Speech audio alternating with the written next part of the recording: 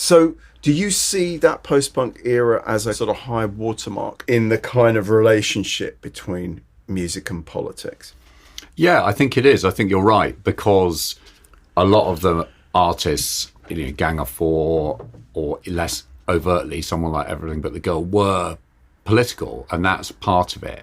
But I also think there's something really interesting in that time, which Simon Reynolds in his book, which is a fantastic book, gets into, which is that I think there's a kind of ambiguity to a lot of the musicians' politics in that time. And you see a kind of a modernity and a kind of glossiness coming into the sound that is almost working against the professed political positions. And in Promised You a Miracle, I interviewed Martin Fry about this, and he was really interesting about it, saying that, although they were very much on the left and that was very much where they were, but they were kind of wanting to make music that was more commercial, ultimately, and they were sort of almost becoming Thatcherite unconsciously. Yeah. And I think in a lot of the bands, the changes that happened from the late 70s to the early 80s, you see that someone like Scritti Politti, that's really obvious. Absolutely. Where they go from all kind of abrasive to being all glossy.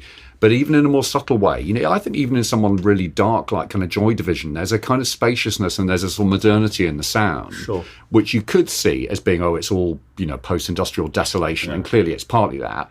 But I think it's also a sort of message that Britain is about to change quite rapidly, and quite a lot of post-punk innovation, as we all know, then was kind of co-opted, if you like, or by people who became huge stars like U2 or whatever. Yeah. So I think it's a really interesting time where it tells you that musicians can be overtly political in a way that's very ethical and really meant, but at the same time, almost without meaning to be, their music can be sending another message, which is actually Britain needs to smarten up and become more businesslike. And that sort of feeling of being on the cusp between these two worlds, that totally fascinated me.